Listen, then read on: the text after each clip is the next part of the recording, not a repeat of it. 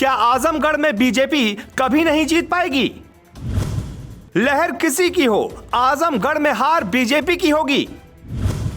निकाय, लोकसभा और विधानसभा चुनाव में हुई बीजेपी की हार। बीजेपी हर कोशिश कर ले, लेकिन आजमगढ़ में हर प्रयोग फेल हो जाता है। आजमगढ़ में ऐसा क्या है कि न मोदी का जादू चलता है न योगी का सिक्का। पिछली बार एक सीट पर जीत मिली थी, 2022 में बीजेपी का खाता तक नहीं खोल पाया। क्या देश का एक जिला ऐसा भी है जहां बीजेपी कभी चुनाव नहीं जीत सकती? एमएलसी चुनाव में फिर बीजेपी जाल बिछा रही है, लेकिन लोकसभा आते आते बीजेपी अपने ही जाल में फंस जाएगी। बीजेपी तमिलनाडु के निकाय चुनाव में जीत सकती है, कर्नाटक में सरकार बना सकती है, असम में जीत सकती है, लेकिन आजमगढ़ में बीजेपी को हवा नहीं लगती। इसके पीछे का कारण जानकर आप हैरान हो जाएंगे। रमाकांत को सपा ने टिकट दिया, वो जीत गए, लेकिन उनके कारण उनके बेटे का टिकट पार्टी ने काट दिया और बीजेपी वो सीट भी हार गई जो 2017 में जीती थी। अब रमाकांत के बेटे अरुण कांत यादव को बीजेपी एमएलसी बनाएगी। जिला पंचायत चुनाव में बीजेपी को हार मिली, विधानसभा में बीजेपी का खाता तक नहीं खुल पाया, लोकसभा तो दूर की बात है क्योंकि यहां से सांसद हैं अखिलेश यादव। हालांकि यह समझना होगा कि आजमगढ़ में बीजेपी की हार का कारण क्या होता है। आजमगढ़ में बीजेपी को मुफ्त राशन नहीं जिता पाया, न ही मायावती जिता पाई।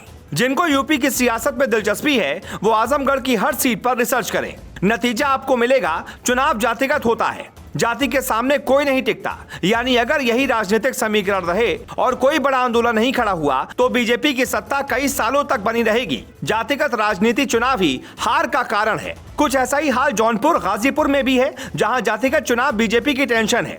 जातिगत चुनाव के आगे ना मोदी मैजिक चलता है, ना ही योगी का जादू। जम्मू कश्मीर के राज्यपाल और बीजेपी नेता मनोज सिन्हा 2019 के चुनाव में अपनी सीट हार गए। लोग कहते हैं उन्होंने काम अच्छा करवाया था, फिर हार का कारण जातिगत और हिंदू मुस्लिम वोटर हैं। यानी उत्तर भारत की सियासत में जहां बीजेपी की जड़ें मजबूत हैं, वहां बीजेपी की हार सिर्फ जातिगत आधार पर ही तय हो सकती है। हालांकि ये आंकड़े दिल्ली और पंजाब जैसे राज्यों में बदल जाएंगे, वहां जाति से ज्यादा दूसरे मुद्दे हावी होते हैं। यूपी में अगर सपा को अपनी सरकार बनानी है तो आजमगढ़, जौनपुर, गाजीपुर का मॉडल अपनाना चाहिए। जब जनता वोट जाति के हिसाब से करती है तो फिर नेता भी वैसा ही चुनना होगा। बीजेपी का चुनाव मॉडल जाति के खिलाफ सफल नहीं हो सका। सवाल उठता है कि जब यादवगढ़ में बीजेपी को जीत मिल सकती है, फिर आजमगढ़ के यादव लैंड में बीजेपी की हार की क्या वजह है?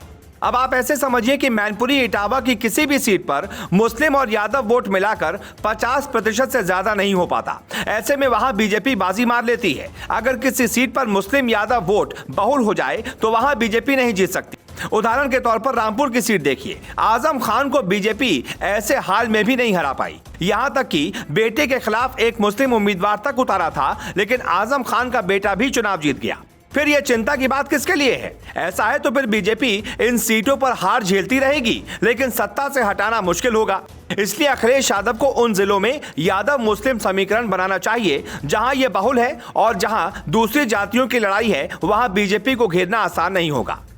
हालांकि हम ऐसा नहीं कहते कि बीजेपी की जीत होगी, लेकिन ऐसा जरूर है कि बीजेपी वहां प्लस रहती है। यूपी का जिला अंबेडकर नगर बीजेपी को एक भी सीट नहीं मिली। कारण तलाशने जाएंगे तो मिलेगा जातिगत कारण, यानी जहां भी मुस्लिम प्लस दलित प्लस यादव बहुल है वहां बीजेपी को हराना बहुत आसान है।